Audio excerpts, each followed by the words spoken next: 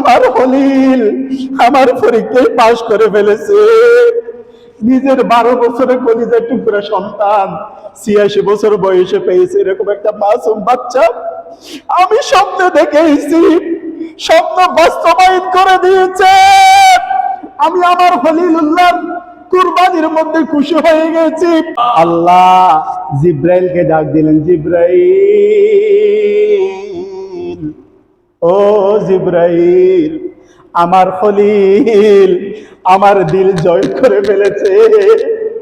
আমার খলিল আমার পরীক্ষায় পাশ করে ফেলেছে। নিজের 12 বছরের কলিজার টুকরা সন্তান 86 বছর বয়সে পেয়েছে এরকম একটা মাসুম বাচ্চা। আমি স্বপ্নে দেখেছি, স্বপ্ন বাস্তবায়ন করে দিয়েছে।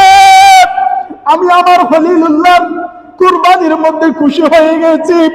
ও জিব্রাইল, আর দেরি করো না, আর দেরি করো না, যাও জান্নাত থেকে একটা দুম্বা নিয়ে যাও, আমার খলিলুল্লাহ সুরের নিচে এখনই তুমি দিয়ে দাও। সুবহানাল্লাহ।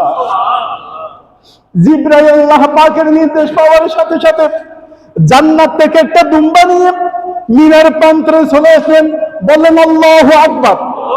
জিব্রাইল ডাক দিলেন, বলে আল্লাহু আকবার, আল্লাহু আকবার। জিব্রাইল মিনার প্রান্তরে দুম্বাকে হযরত ইব্রাহিমের সুরের নিচে দিয়ে দিলেন। এখন ইসমাইলের গলায় নয়, দুম্বার গলায়। সুবহানাল্লাহ। জবে হয়ে গেল।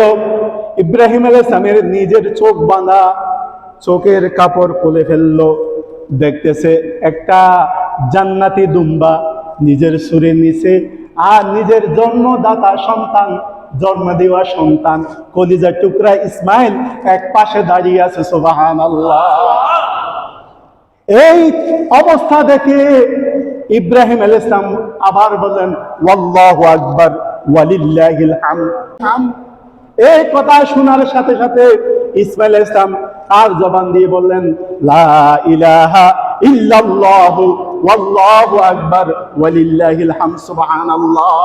সারা বিশ্ববাসী, সারা পৃথিবীবাসী আজকের এই কুরবানির দিনে ইব্রাহিম আলাইহিস সালামের জবান দিয়ে আল্লাহু আকবার, হযরতে জিব্রাইলের জবান দিয়ে আল্লাহু আকবার, ইসমাইলের জবান দিয়ে ওয়ালিল্লাহিল হামদ। যে তাকবীরে তাশরিক আমরা আমল করি, এটা আমাদের কোনো কারো শিখানো নয়। হযরতে জিব্রাইল, হযরতে ইব্রাহিম, হযরতে ইসমাইলের জবানে সেই দিনে মিনার প্রান্তর বাইর হয়েছে, ওইটা আল্লাহর দরবারে কবুল হয়েছে। এই জন্য সমস্ত উম্মতে মুহাম্মাদের জন্য 9 জিলহজ ফজরের নামাজের পর থেকে 13 জিলহজ আসরের নামাজ পর্যন্ত সর্বমোট 23 ওয়াক্ত ফরজ সালাতের পরে তাকবীরে তাশরিক আল্লাহু আকবার, আল্লাহু আকবার, লা ইলাহা ইল্লাল্লাহু ওয়াল্লাহু আকবার, আল্লাহু আকবার ওয়ালিল্লাহিল হামদ বলা ওয়াজিব করে দিয়েছে। সুবহানাল্লাহ।